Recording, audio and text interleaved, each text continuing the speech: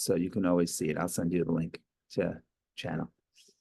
Okay, so we're looking at the blessings to Joseph, and we're going to use some of the Rashis. I don't have the English. Actually, we do have the English Rashi here. The Mitzuda. Do we have a Mitzuda Chumash here? I don't know. I don't see it here, but I'll read it. But we do have a Mitzuda. You may want to look. You may want to look. This one has English Hebrew with Rashi in English Hebrew. I'm pretty sure the version of Chabad.org online is the same as this.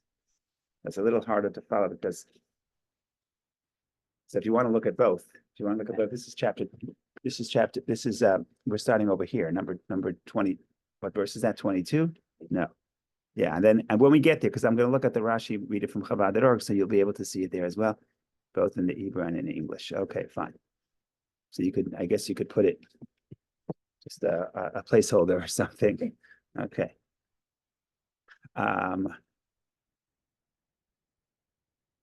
What page are we on here? In here, it's page 280, 281.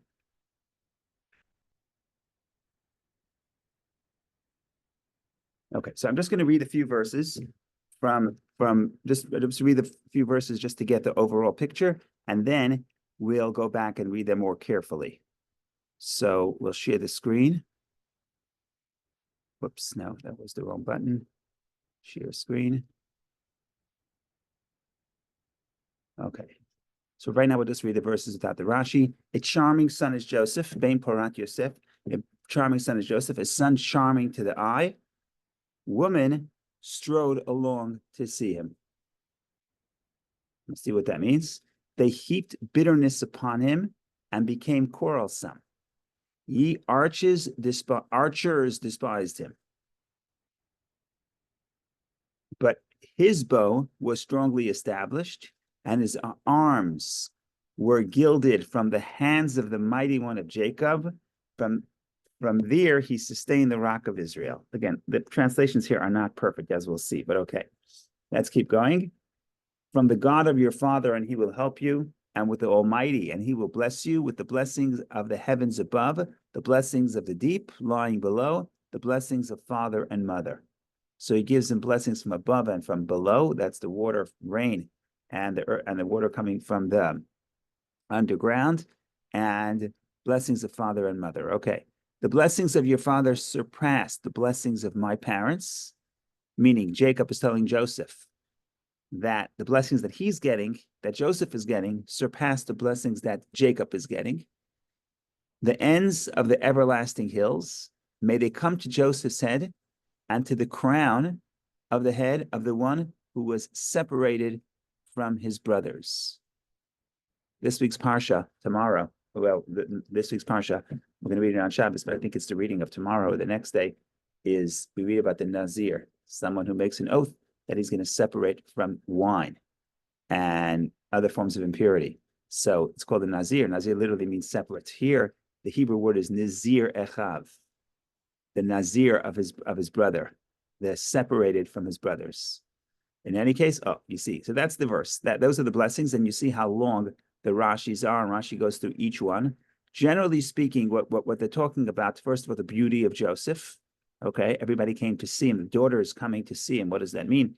So we'll see in a minute. That's the daughters. There's different everything here is so layered, different interpretations. But let's just talk about the idea of verse 23 and 24, where it says that people of the archers despised him. Who are the archers? They tried to kill him. They have bows and arrows. They're archers. So Rashi is going to say they are the brothers. And the reason why he uses the metaphor of the arch is because they also slandered. They slandered him. And slander, Lashon Hara, is a form of harming somebody where that you're not close by, right? If you talk about warfare through swords, you're close by. It's close contact, combat. But an archer is from the distance. And that's the idea of slander. Sometimes you talk about somebody, they don't know about it, but they're still being harmed. But then verse 24, what's interesting is that they translated his bow was strongly established, but Vateshev means to sit, to rest. It means to rest in security, but it means to rest. So they translate it here. Let's see how I'm curious how the ArtScroll translates it. Verse 24, but his bow was firmly emplaced. Okay, I have no idea what emplaced means, but what it means is he held back his bow, right? When it came to when Joseph had the opportunity to take revenge or to harm his brothers, he refuses to do so. He holds back his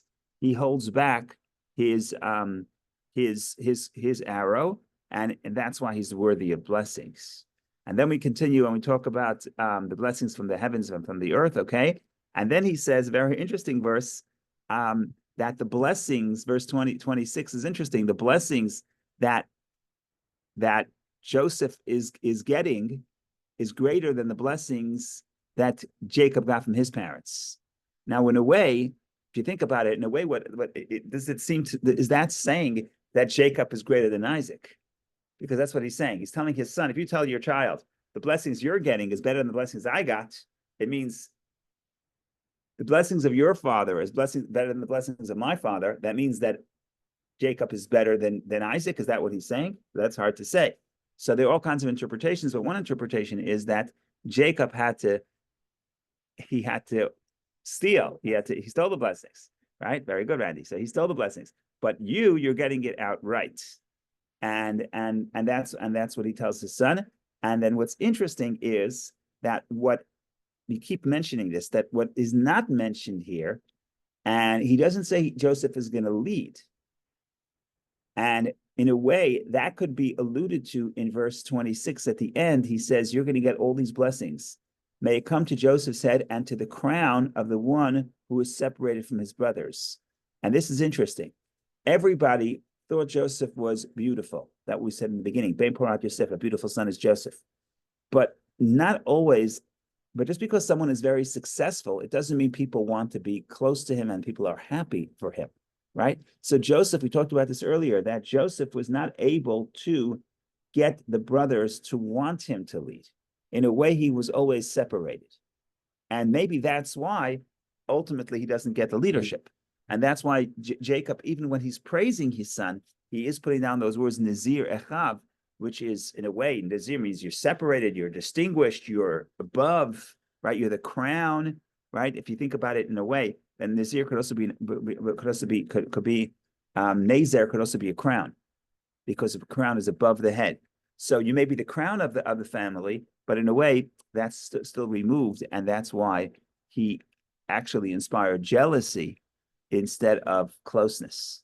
So that could be part of the reason why he gets many blessings, and blessings of fertility of the land, etc., but not blessings of leadership. So that's a little bit just overview before we even start getting into the specifics.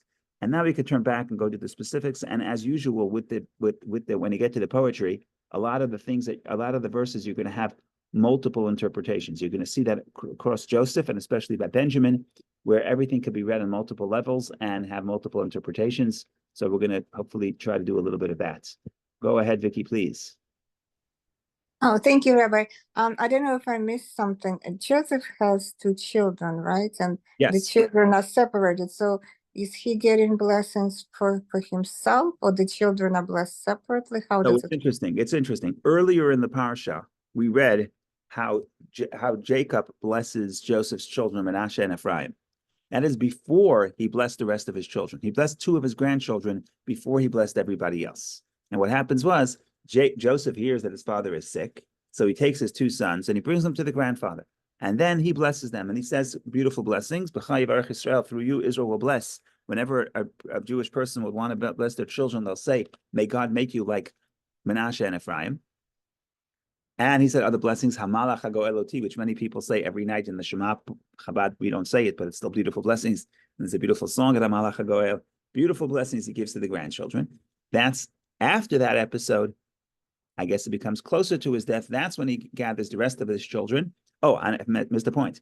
And he tells Joseph that your sons, Manasseh and Ephraim, will be to me like Reuven and Shimon, which means in a way they're becoming my sons. And we read about that like for example, yesterday in the Parsha, we read about the tribes, the census of the tribes and how they camped around the temple in yesterday's Parsha.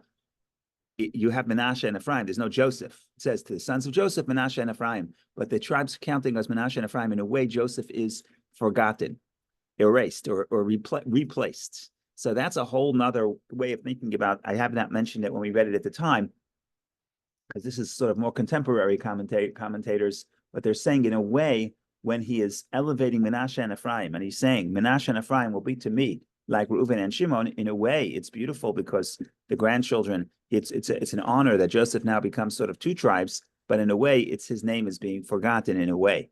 So we'll get back to that theme. But after that, now when he blesses his 12 sons, here he does bless Joseph. And he doesn't bless Menashe and Ephraim. So you have sort of some tension here between Joseph as being remembered by the name Joseph and getting a blessing for himself.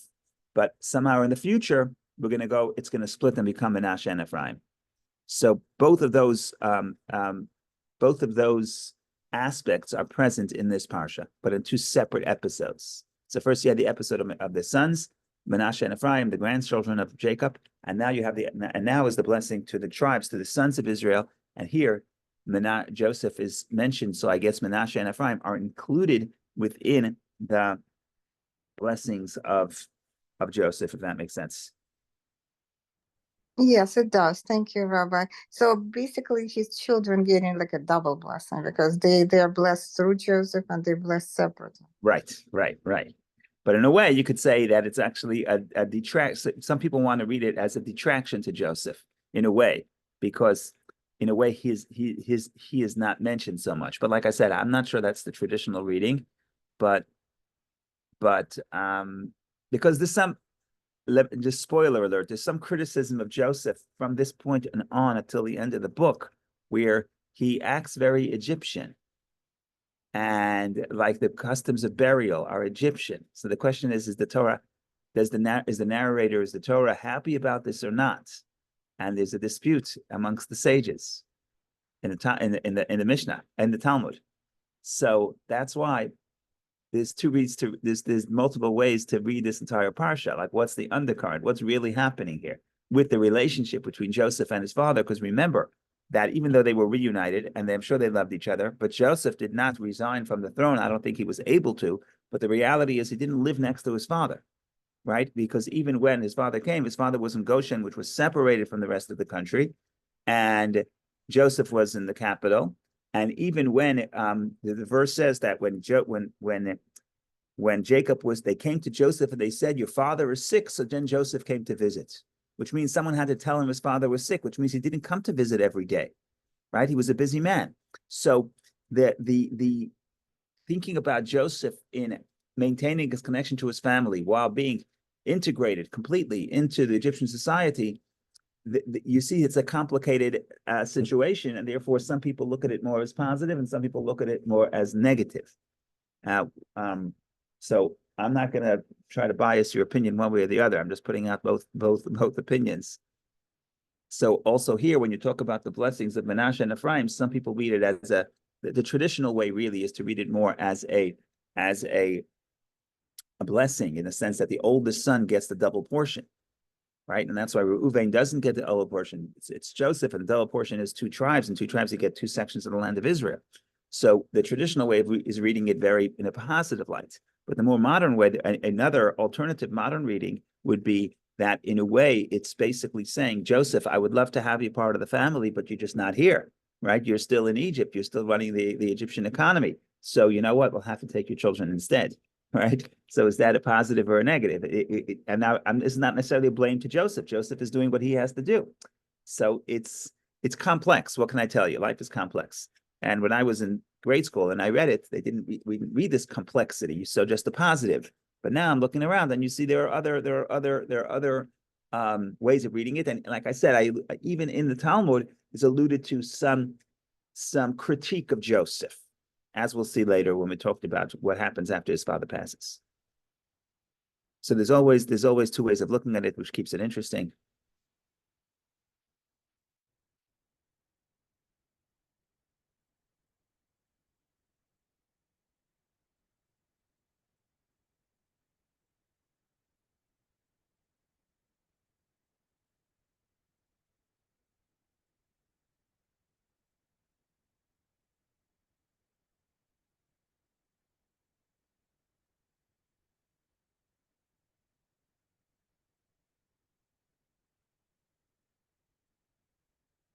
Okay, let's start going verse. Let's start breaking this down slowly, and it becomes very interesting.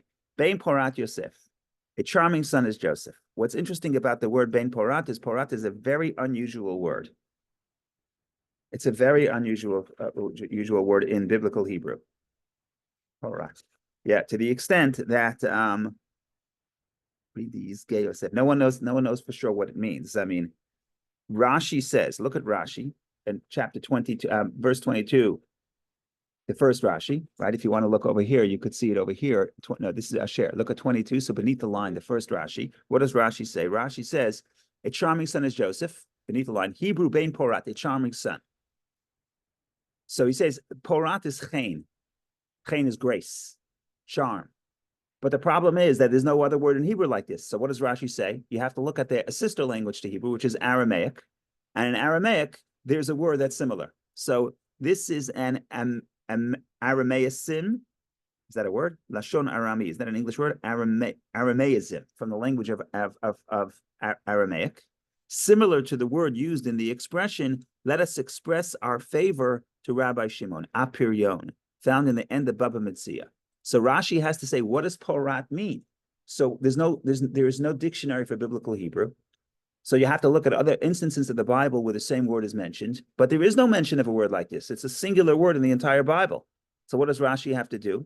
If you want to understand the meaning, you have to go to a sister language. If you don't have the actual language, if there's nothing else in Hebrew, look at the other language. So in Aramaic, in the Babylonian Talmud, in Baba Metzia, when they want to say, let's express our favor to Rabbi Shimon, they say apirion. Even that is not exactly porat, not exactly the same, but that's the closest we get. So you see, it's a very unusual word.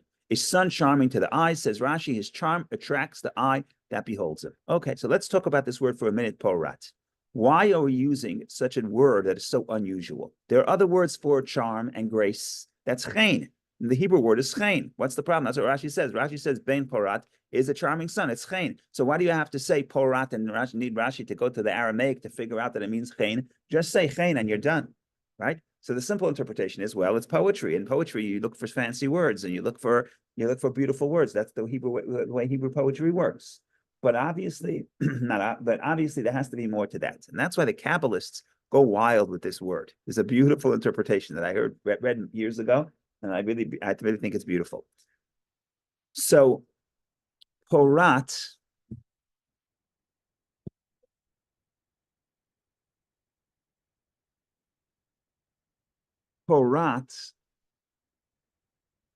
in the context of Joseph, Porat, poter. If you change the letters of the word, pei resh taf, and you put the tuf, no, poter. Yeah, and you put the tuf in the middle, instead of a tuf being in the last word, you put it in the middle, you get poter. And poter is the word for solving a riddle. But in the context of Joseph, the Torah uses the term poter as solving the dream. So when we talk about the dreams of Pharaoh, for example, and the dreams of Pharaoh's ministers, the Torah constantly says "ein poter," and there is a poter, and Pharaoh tells Joseph, "I heard that you can be poter." So that word of solving the dream is poter. Same words as porat, charm. Okay, so far we have charm, then we have solving the dream, interpreting the dream, and then another word that you get with these letters. If you take the tuf and put it in the front, not in the middle, but in the front, you get tofer. And tofer is to sew. So you're sewing, you're charming, and you are interpreting or solving. Okay, so what are we talking about here? So the Kabbalists explain this specifically from the Ben Ish Chai, 19th century Sephardic sage and Kabbalist, very prolific. So he writes beautifully. He basically says, I'm doing it from memory now, so I apologize if I don't get it 100% correct. But basically what he says is that what's Joseph's charm? Joseph's charm is that he's able, first of all, to interpret dreams. And interpret dreams, it means you have to be able to put different things together, different clues together to get the interpretation. But more importantly, for Joseph, we talked about this when we read the dreams, for Joseph, that his skill is that he understands that the difficult time is part of the story of the success that's going to follow. And that's why what you see about Joseph is he's always upbeat, even though his circumstances getting worse and worse. And first sold as a slave, then placed in prison. He's always upbeat. If you remember the stories, that's why he sees the Pharaoh's ministers, the baker and the butler, they're upset. And he says, how are you upset? Why are you upset? Why am I upset? Because I'm in prison. No, because he is so upbeat, he cannot understand, he can't tolerate someone else around him being sad. So how could he maintain that spirit of being uplifted? Is because he understands and he senses that, like a dream, there's different parts of the dream, but if you can tie it into one story, if you can sew it into one story, then he realizes that the challenge is the difficulty is actually a step toward the eventual greatness that will follow. So that's Joseph's skill. That's Joseph's skill. If you think about it, even the dream itself, the idea is his own dreams, that he could see that he's, first of all, he's going to become great, but his greatness only happened after he fell down very low. But if he would not be sold as a slave and he would not be put in prison, maybe he would not emerge to become the leader of Egypt, right? So he's able to tie everything together. And that's the beauty that Joseph possesses. And that's why perhaps the Torah uses a word that's very unusual. You have to go to the Aramaic to figure out what it means. Because when you say his beauty, what is his beauty? What is his skill? His skill is to be able to sense the beauty even in very difficult situations, because he understands that it's part of an overarching story. It's part of an overarching mission. And therefore, don't look at every individual challenge as its own story and without meaning, without a plot, right? What's the difference? You know, you could look at a certain page and you say, this is the page, is very sad. But if you look at it as part of the plot means this is coming in continuation to things that happened before, and it's leading to things that are happening later. But it's one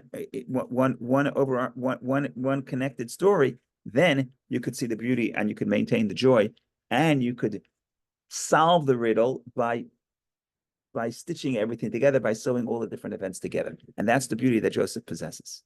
They use the word fruitful in here. Oh, so that later we're going to get to Rashi, and because it's such a strange word, Rashi is going to quote later in the second interpretation. Rashi is going to say that it means Yazge, growing, fruitful. That's also the Aramaic says it, the Targum. Barei di Yizge Yosef. Yosef is a son who will increase. So, but the fact that you have so many different interpretations is because it's a very strange word. So I followed so far, everything I said is based on the first interpretation of Rashi, which is that Porat would be grace or beauty. Joseph's a beautiful son. Later, we'll see the second one, right? We'll have that in a minute.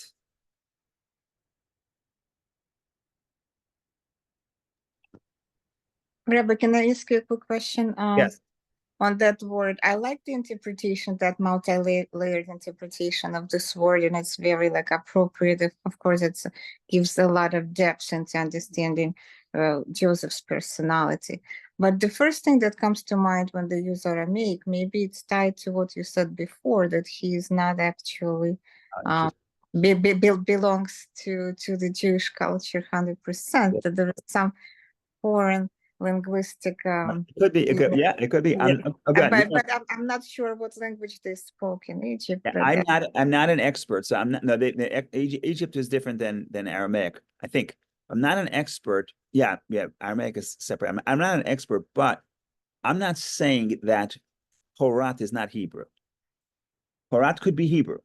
What I'm saying is it's a unique word, and therefore the only similar word would be in Aramaic, right? And in Hebrew, it doesn't work that way, because usually the way it works in Hebrew is you have words, and the etymology of words are all clustered together, right? They're all interrelated. You have many, many words with the same shoresh, with the same root. And here you have no words in the Hebrew language that are even remotely similar, that we cannot find anything to even connect it to, right? So that's an anomaly. So I'm saying either it's Aramaic or it's Hebrew, but because there's no similarity, if you need the meaning, you have to go to the Aramaic. But what you're saying is very good. He's speaking to him with borrowed terms from Aramaic, or words in Hebrew that are very similar to Aramaic, and that's a sign of the influence of Joseph. That could be, yeah, that's a good point. And the influence of the foreign culture to Joseph. Yes. Right.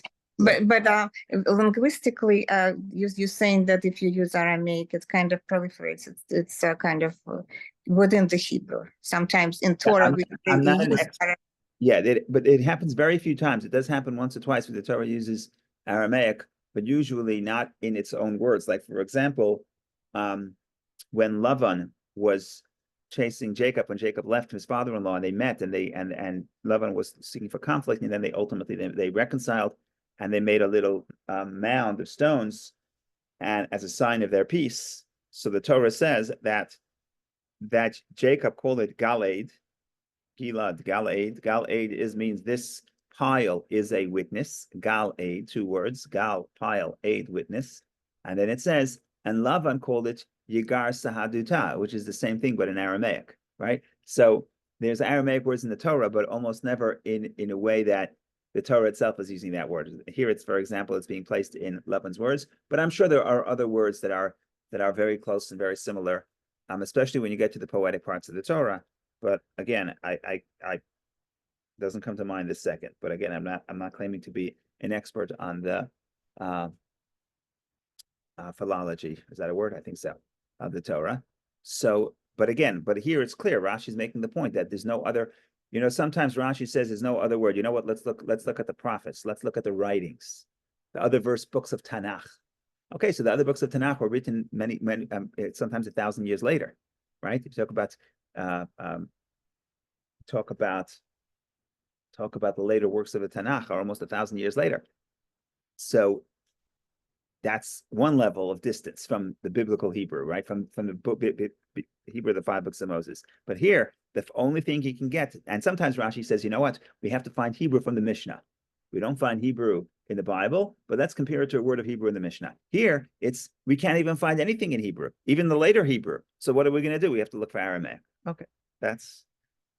Thank you, Rabbi. So in Joseph's case, it's probably not so much him influenced by the culture, but based on the meaning of the words and interpretation, Kabbalistic interpretation, it's him influencing the culture and making a difference in the culture he was placed in. Right, because that's part of what Joseph is. He's not only receiving from the culture; he's influencing the culture 100%. Right. Yeah.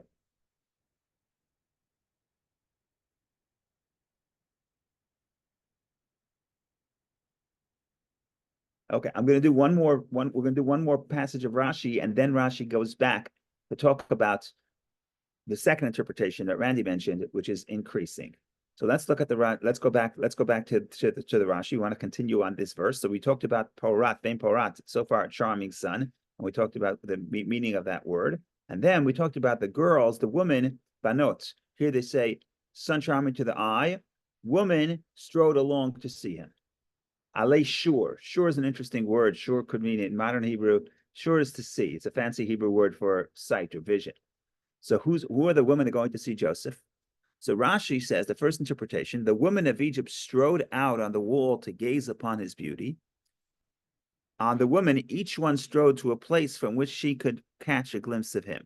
Alei shur, for the purpose of looking at him. Similar to, I behold him, Ashurenu, but not near. Numbers. Again, here's an example where the word shur, Ashur, comes from the word sight, and that's in the prophecy of Bilam when he prophesies, when he was hired to curse the Jews, and he ends up blessing them at the end of the book of Numbers. He talks about the Messianic era, the Messiah, or King David. He says, Ashurenu, I see him.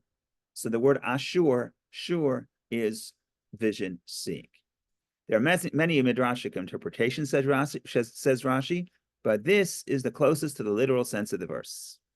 Okay, so in other words, Rashi is saying the girls going to see him refers to the women of Egypt. And we know, when did they go see him? Because the verse says that when he was appointed to be the leader of Egypt, Pharaoh put him in the Merkava, the chariot, and he rode through the entire land of Egypt. So if Joseph is coming to see the entire land of Egypt, everyone's going to come see him, including the girls. I remember that when in Brooklyn, when the Interborough Parkway was changed to Jackie Robinson Parkway, President Clinton came to the ceremony.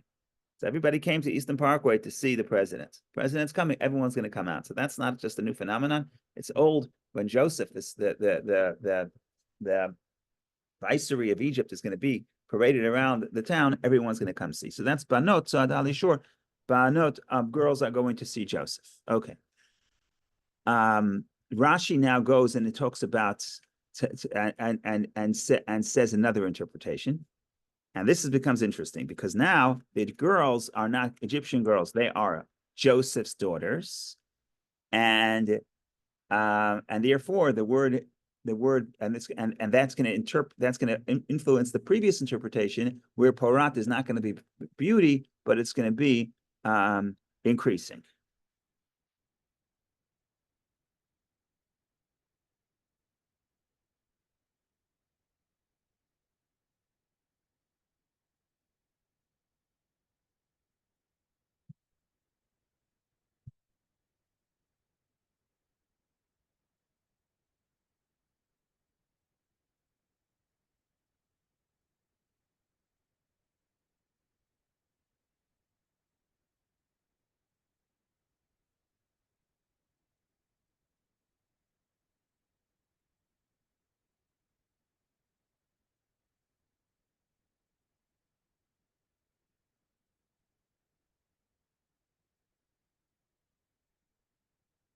Okay, this is also very interesting because every single word has multiple meanings.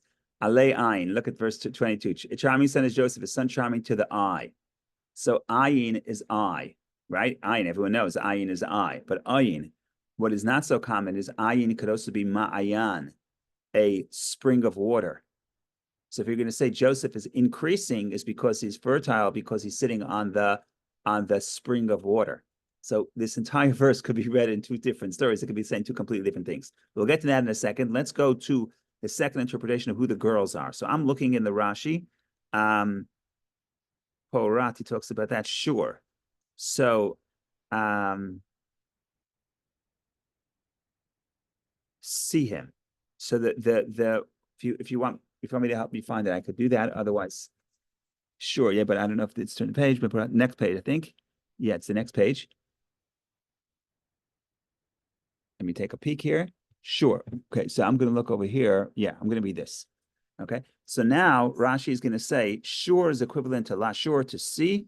That's the meaning of alei shur, in order to see. And this is still the first interpretation. That means the girls stand on the they look for places to be able to see Joseph. Onkelos, however, onkelos is the Aramaic translation of the Torah printed in most of the Chumashim in the Art Scroll, etc. One of the earliest translations / interpretations of the Torah. Onkelos, however, renders banot sado ali shur, girls standing on high places to see Joseph. He says no. He says it's a total different story. Two tribes will emerge from his children. They will each receive a share and an inheritance. Scripture writes banot, alluding to the daughters of Menashe, i.e., the daughters of Tzalafchad, who receive a share of the land on both sides of the Jordan. So that now Ben Porat Yosef is rendered, my son who will multiply is Joseph. Porat is an expression of procreation, Pirya Verivya, being fruitful and multiplying. There are midrashic interpretations that fit the language of the verse as follows. And now he goes another midrash talks about that's the next. We'll get to that maybe later. That's the second interpretation. It's another interpretation. But so far here we have another whole interpretation. First of all, the word porat. Till now we said it's chen, it's grace. Now we're saying no. The word porat comes not from the word apirion, which is beauty, but it's fruit. Porat, priya verivya, which is multiplying and procreation.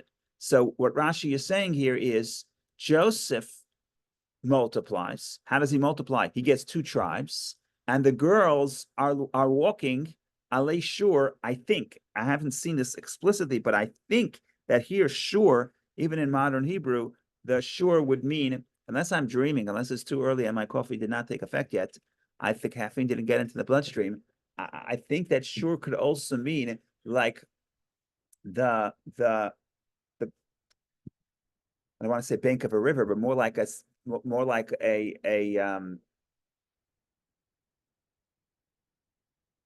maybe I'm dreaming. The bottom line is, I don't want to say if I'm not sure, but the bottom line is that he's saying now the girls are not the girls of Egypt going to see Joseph, but it's the daughters of Menashe, the descendant of Joseph. And what's special about them, we're starting the fourth book of the Torah, and the end of the fourth book is all about Joseph's daughters. We know the daughters of Zelophehad's daughters. First of all, they got their father's inheritance, right? They told Moshe they want their father's inheritance. The first time that girls could inherit land of Israel was because of the daughters of Zelophehad, who were the tribe of Menashe, the son of Joseph. And Rashi over there and all the commentaries explain that the Torah is highlighting their love to the land of Israel. And specifically, like in the last portion of the Torah, of the book of Numbers alludes to, they happen to marry people of their own tribe. They happen to be both sides of the Jordan. So Joseph gets, right, because Menashe, half the tribe of Menashe was placed east of the Jordan.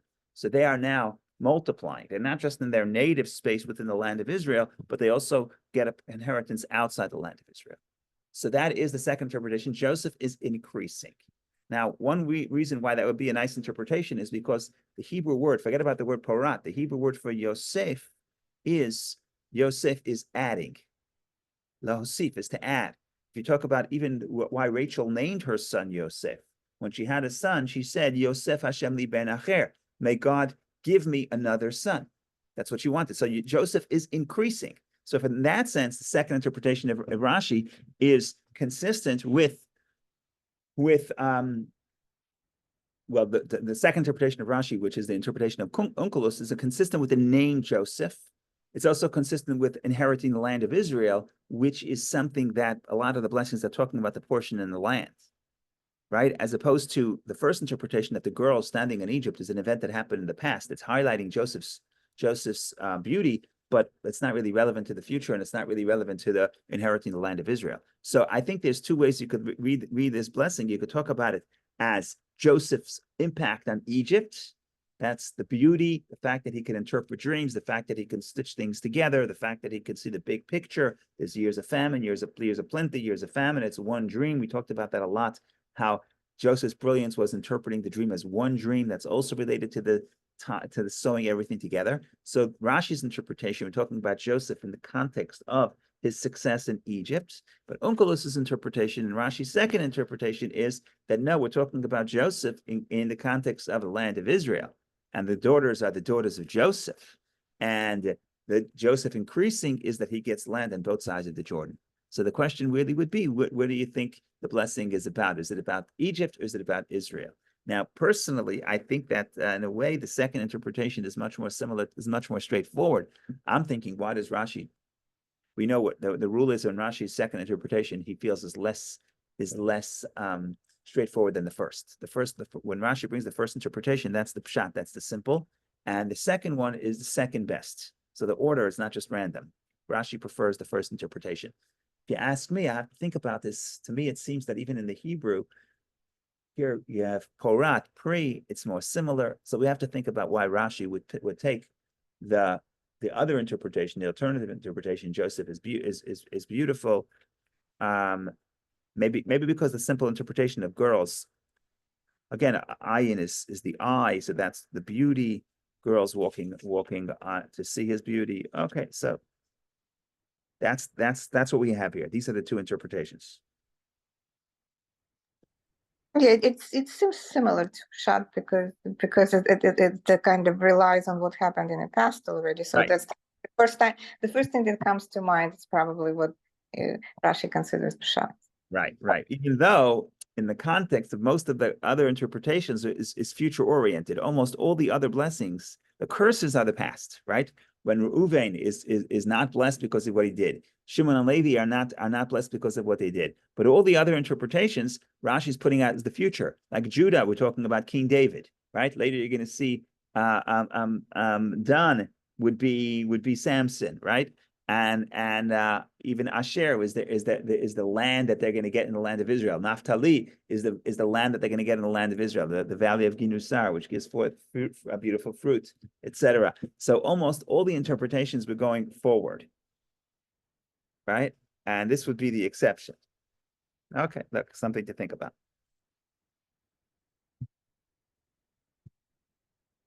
Like I said, we put it out here. You get to decide what you like.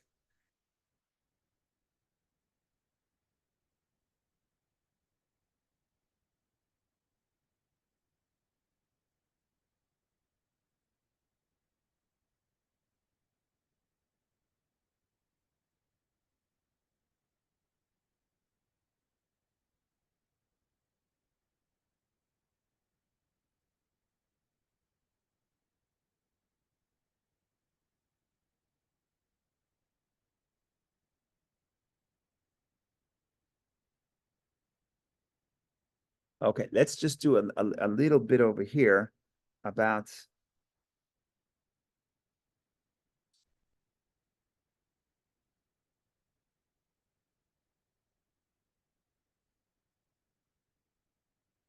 let's continue a little bit. We talk about verse 23. They heaped bitterness upon him and became quarrelsome. Ye archers despised him. So Rashi says those are the brothers who bittered him. He says it's the brothers.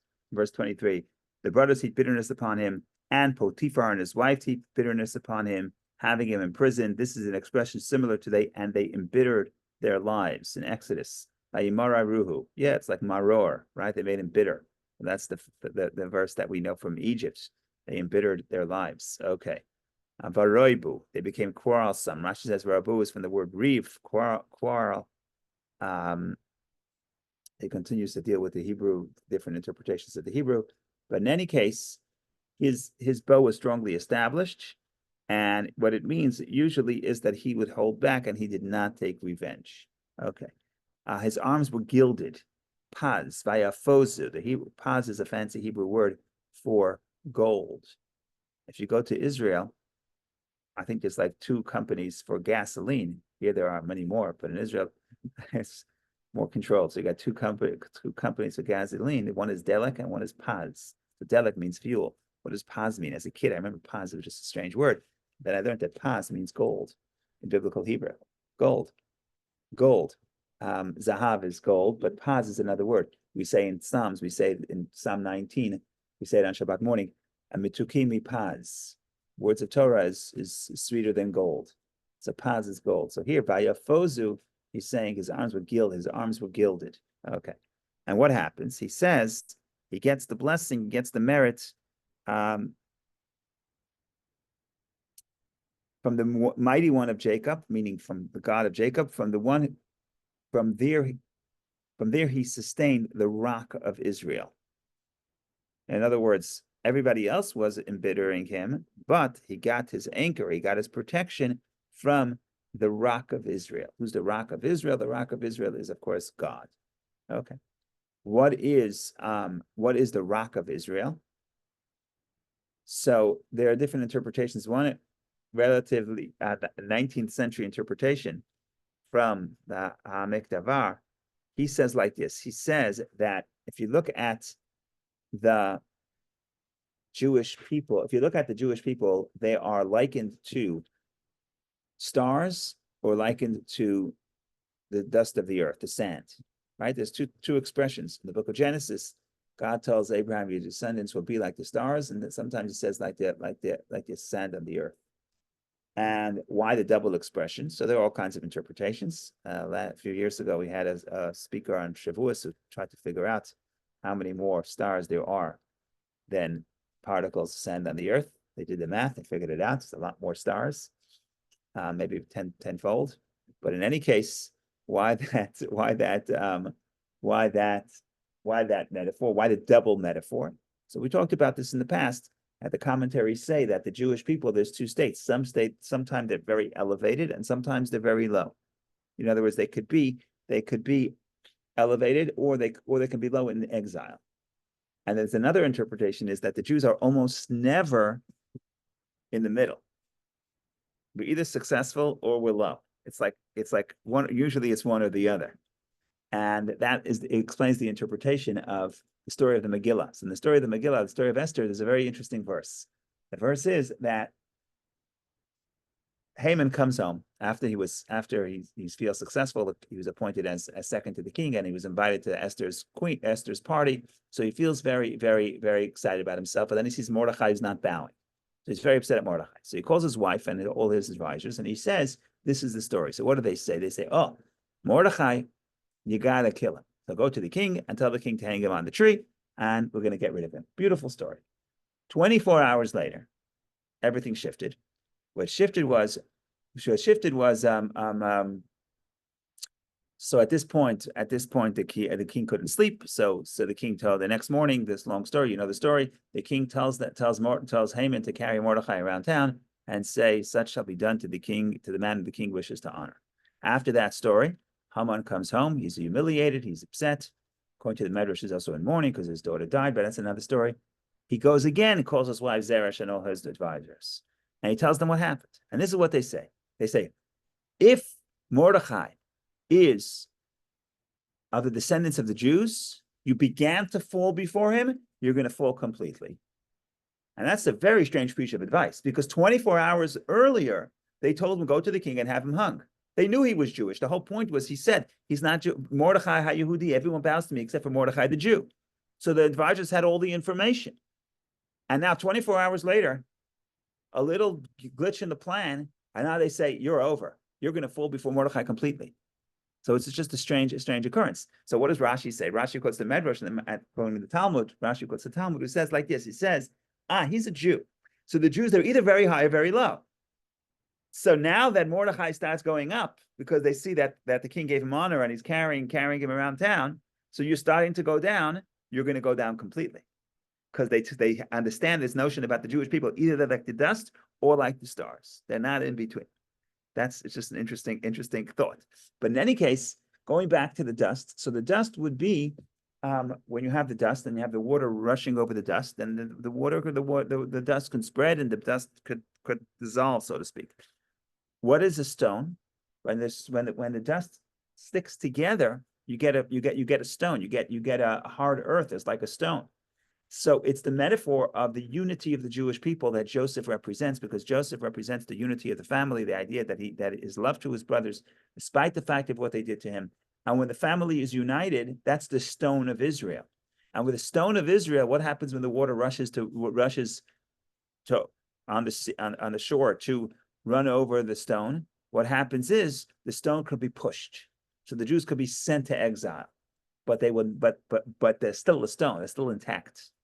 And that's the success and the survival of the Jewish people in exile is the stone of Israel.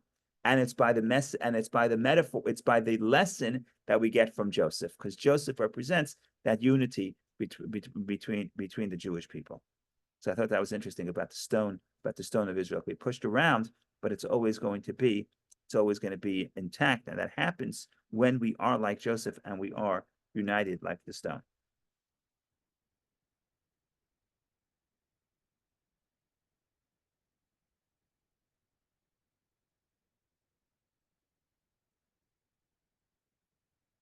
Okay, there's a lot more to say, of course. Let's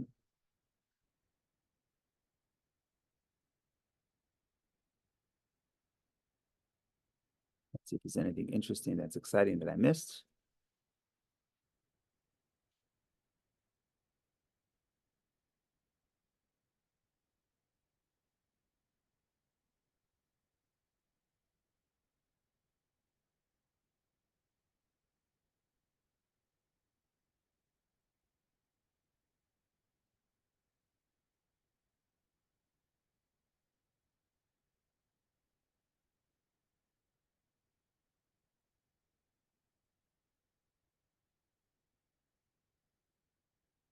Okay, I think we'll stop here. Next week, we'll maybe do a little bit more Joseph. We'll go to Benjamin, and from there, we get to the closing of the blessing and the aftermath and the passing of Joseph, passing of Jacob, and ultimately to the end of the book of Genesis. So join us for the rest of the journey. Thank you very much. Have a wonderful day and hope to see you in good health.